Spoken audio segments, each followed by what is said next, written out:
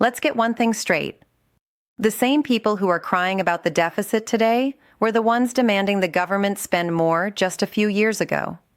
Back in 2020, when small businesses were shuttering and families were terrified of losing their homes, the CPC was right there in Ottawa, pushing for faster and bigger payouts. We didn't hear them complaining about the deficit when that money was saving our mortgages and keeping the lights on at the local shop. It raised the debt, sure, but I still have my home. And most of our small businesses are still standing because of it. And apparently the head of the CPC was giving his blessing because his firm, Harper & Associates, reportedly applied for the Canada Emergency Wage Subsidy, CEWS, during the pandemic. They were all more than happy to take the benefits, yet use it as an attack narrative in the after years. But now that the crisis has shifted, the story has changed. Suddenly, the opposition is harping on about liberal spending and hidden taxes as the only reasons your grocery bill is so high. To be honest, that's a massive oversimplification, if not total disinformation.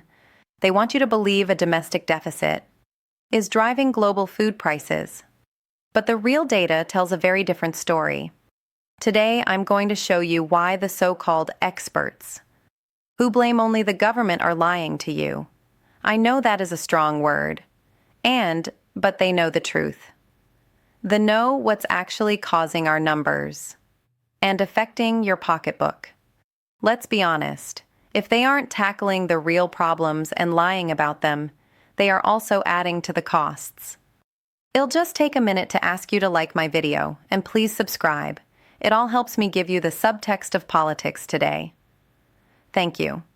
Let's talk about why filling up the fridge still feels like a gut punch. Remember back in 2019, before anyone even heard of COVID? Food prices were only going up by about 1.5 or 2.5% a year. Things were steady. It was fair. Then the pandemic hit and everything went haywire. By 2023, the cost of living shot up almost 4%. Everything was in short supply, and we needed more workers just to keep the farms running and the shelves stocked.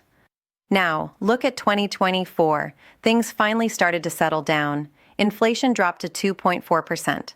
We all took a breath and thought, okay, maybe we're finally catching a break. But here we are in late 2025, and food costs have jumped again, this time by 4.2%.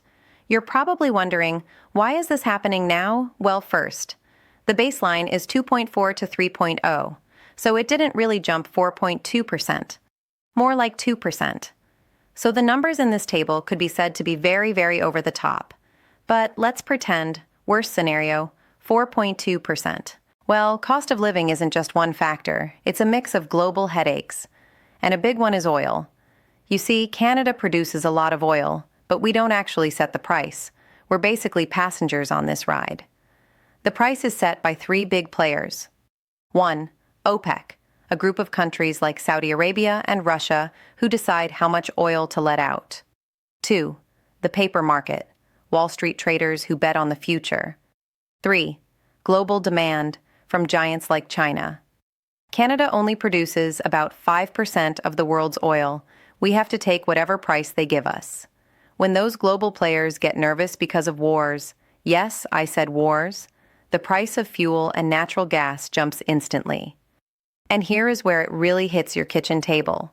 Fertilizer. Most people don't know it, but fertilizer is actually made from natural gas.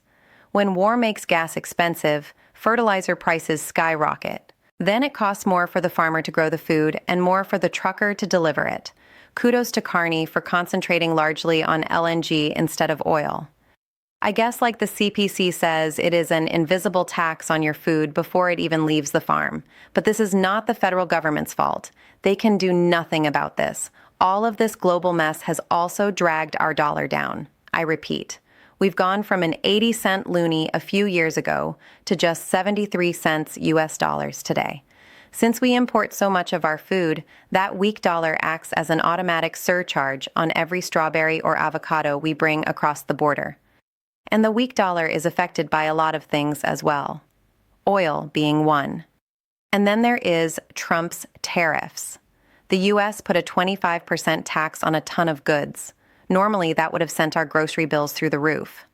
But it didn't, because of Carney's leadership. But here's the thing.